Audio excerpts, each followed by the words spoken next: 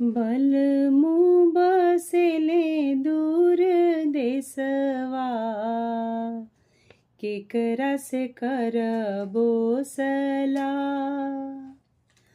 बलमु रहेले दूर देशवा,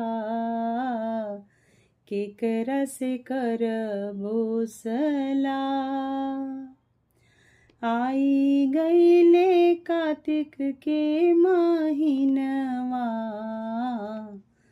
कैसे करबी परब आज।